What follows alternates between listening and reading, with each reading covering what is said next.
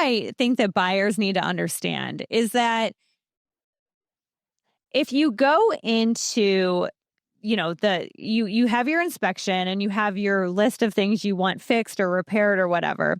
If you give them the full list of every little thing or some ridiculous amount, they're going to say no.